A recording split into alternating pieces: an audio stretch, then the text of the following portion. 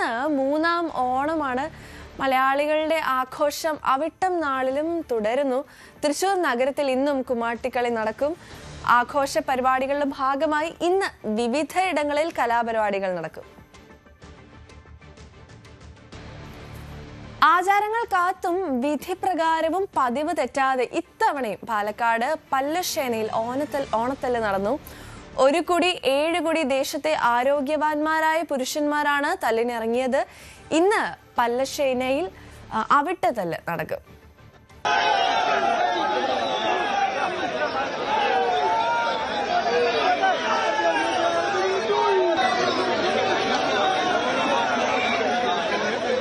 കൊലച്ചോറുണ്ട് കച്ചകെട്ടി 1 കുടി 7 കുടി ദേശത്തേക്ക് ആഞ്ഞടിക്കും.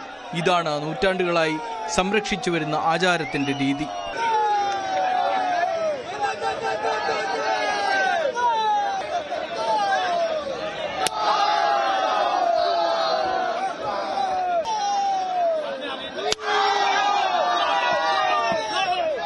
സാമൂതിരി രാജാവിന്റെ 2 പ്രഭുക്കന്മാരുണ്ടായിരുന്നു. അതായത് കുതിരവട്ടത്ത് നായരും അതേപോലെ തന്നെ കുറൂർ നമ്പടിയും. അപ്പോൾ അന്നൊരു യുദ്ധകാലത്ത് നമ്മുടെ ഇവിടുത്തെ പലശനക്കാരുടെ ഭരണാധികാരിയായിരുന്നു കുറൂർ നമ്പടി. അദ്ദേഹത്തെ കുതിരവട്ടത്ത് നായർ ചതിച്ച് കൊല്ലുകയുണ്ടായി.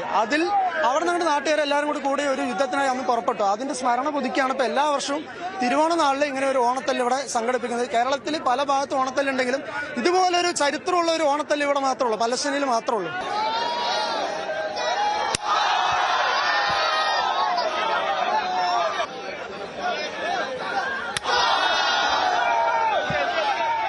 പല്ലശ്ശന നാട്ടുരാജാവ് കുറൂർ നമ്പടിയെ അയൽ നാട്ടുരാജാവായിരുന്ന കുതിരവട്ടത്ത് നായർ യുദ്ധത്തിൽ ചതിച്ചു കൊന്നു. തുടർന്ന് കുതിരവട്ടത്ത് നായർക്കെതിരെ നാട്ടുകാർ നടത്തിയ പോർവിളിയുടെ സ്മരണ പുതുക്കലാണ് ഓണത്തല്ലും അവിട്ടത്തല്ലും. 2 നാട്ടുരാജ്യങ്ങൾ തമ്മിൽ ഏറെക്കാലം പകയുണ്ടായിരുന്നതായും സാമൂതിരി ഇടപെട്ടാണ് ഒത്തുതീർപ്പ് ഉണ്ടാക്കിയത് എന്നും രാജാവിന് നഷ്ടപ്പെട്ട പല്ലശ്ശനക്കാർക്ക് വേട്ടയ്ക്കൊരു മകന്റെ വിഗ്രഹം നൽകിയതായും കരുതപ്പെടുന്നു.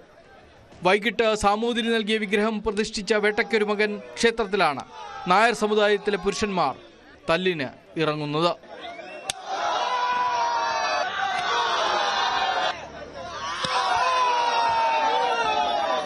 ന്യൂസ് 18 പാലക്കാട്.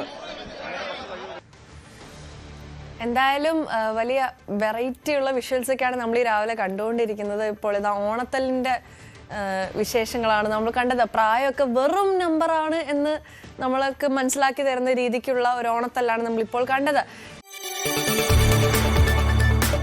കൂടുതൽ വാർത്തകൾക്ക് news 18 Keralam YouTube channel subscribe ചെയ്യുക.